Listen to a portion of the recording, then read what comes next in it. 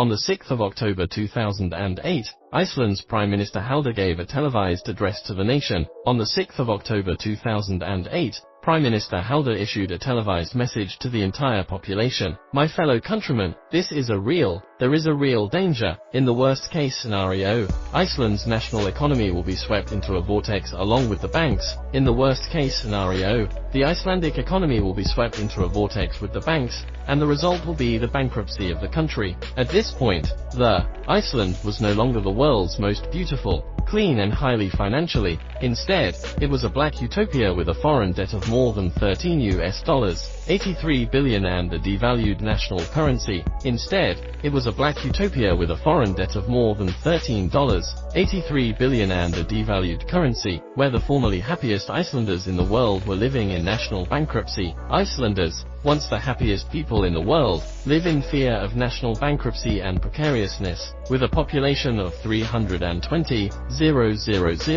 Iceland used to be supported only by the fishing industry. But in the 1990s, the world entered a new era of economic crisis. In the 1990s, the world entered a golden age of high growth for more than 10 years in a row. In the 1990s, the world entered a golden age of rapid growth for more than 10 years. Iceland's banking system sprang up quickly at this time and expanded at a frantic pace. They set up branches around the world and issued. As a result, the banks became the strongest pillar of the Icelandic economy. As of the 30th of June 2008, the assets of Iceland's three largest banks totaled $14.4 trillion. As of the 30th of June 2008, the assets of Iceland's three largest banks totaled 14.4 trillion krona, or approximately $128 billion.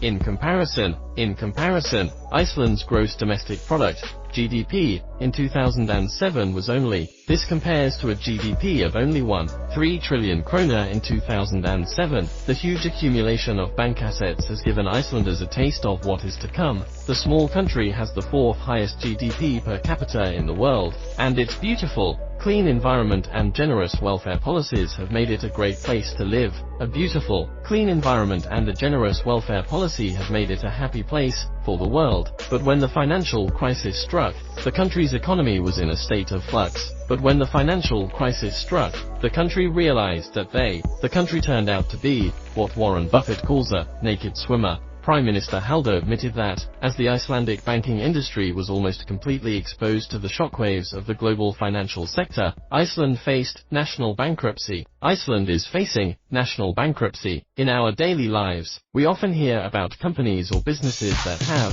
but we have never heard of a country going bankrupt. But this is now a real phenomenon. Iceland is on the verge of bankruptcy due to the financial crisis and is seriously insolvent. As the financial crisis in the US intensifies, more and more countries are joining the plight of the would-be bankrupt. As the financial crisis in the US intensifies, more and more countries are joining the ranks of the soon-to-be bankrupt. The global credit rating agency Standard & Poor's has issued a rating report warning that there is a long list of countries on the verge of national bankruptcy. The list is long. Of course, the concept of national bankruptcy is not particularly strict. In theory, an economic unit, from a family to a country, that is insolvent, is in a situation of bankruptcy. But the state is different from other units. The state has, firstly, the power to impose taxes, secondly, the power to issue banknotes, and thirdly, the power to raise debts. The third is the power to raise debts, which makes it impossible for the state to go bankrupt. It is impossible to go bankrupt, but in the West, the fact that the state is already bankrupt may lead to a change of government. But in the West, such a bankruptcy may lead to a change of government, but it is unlikely that the state will go bankrupt. It should be seen in this way. The use of the term state bankruptcy in this context indicates the seriousness of the problem. The term state bankruptcy is used here to indicate the seriousness of the problem. In this regard, Chu Donghua, a renowned economist, argues that the so-called state bankruptcy is in fact a serious problem for a country's economy. In this regard, Chu Donghua, a renowned economist, believes that the so-called state bankruptcy is in fact a description of the economic situation of a country.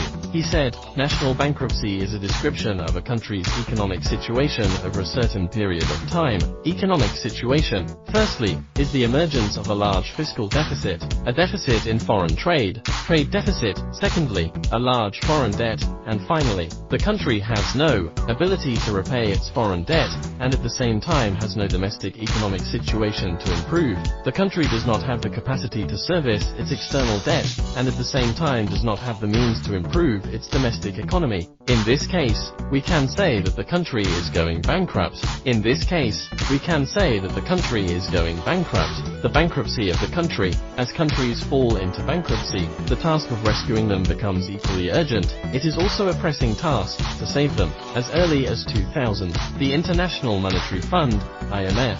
As early as 2000, Ms. Kruger, the first executive director of the International Monetary Fund, IMF, the IMF's first executive director, Ms. Kruger, had proposed a resolution mechanism that placed the IMF at the heart of the national insolvency process. The IMF's first executive director, Ms. Kruger, had proposed a resolution mechanism that would have placed the IMF at the heart of the national insolvency resolution process. The IMF's first executive director, Ms. Kruger, had proposed a resolution mechanism that would have placed the IMF at the center of the national insolvency process, but it was clear that this option was rejected by all countries. 2 years later, the IMF again proposed an improved. 2 years later, the IMF again proposed an improved scheme, which legally allowed an overwhelming majority of creditors, a majority of the total number of creditors, to be represented in the resolution process. The IMF again proposed an improved formula 2 years later, which legally allowed a substantial majority of creditors, 60–70% of total creditors, to. The IFM only plays a supervisory and final role in the restructuring of the debt. The IFM only has a supervisory and final arbitration role. In response to the Argentine debt crisis, the Argentine debt crisis was not the same as the current debt crisis. The US government also proposed a solution to the Argentine debt crisis, which was almost identical to what is now called national bankruptcy. The US government also proposed a solution to the Argentine debt crisis, which was almost identical to what is now called national bankruptcy, but it did not actually work. The US government also proposed solutions to deal with the Argentine debt crisis, which was almost identical to what is now called national bankruptcy, but they did not work. According to Tao Fink, a renowned expert and scholar, to save the country from the crisis of bankruptcy, it is necessary to take both domestic and international measures. Tao Fink, a renowned expert and scholar, believes that in order to save the country from the crisis of bankruptcy, solutions and channels must be sought from both domestic and international sources. The first is to seek international help, as in the case of Iceland's request for a loan from Russia. The first is to seek international help, such as this time Iceland has asked Russia for a loan to get help from abroad to ease the pressure on itself. The second is to negotiate a solution to the debt problem, as in the case of the last debt crisis in Latin America. The second is to negotiate a solution to the debt problem, as in the case of the last debt crisis in Latin America, and to negotiate internationally to forgive or extend the debt that cannot be repaid. This is also a way of alleviating the crisis. Thirdly, it is to mobilize the domestic population to tide over the difficulties. Thirdly, it is necessary to mobilize the people at home to overcome the crisis. Thirdly, it is necessary to mobilize the domestic population to overcome the crisis. Thirdly, it is necessary to mobilize the people at home to overcome the crisis. Thirdly, it is necessary to mobilize the domestic population to overcome the crisis.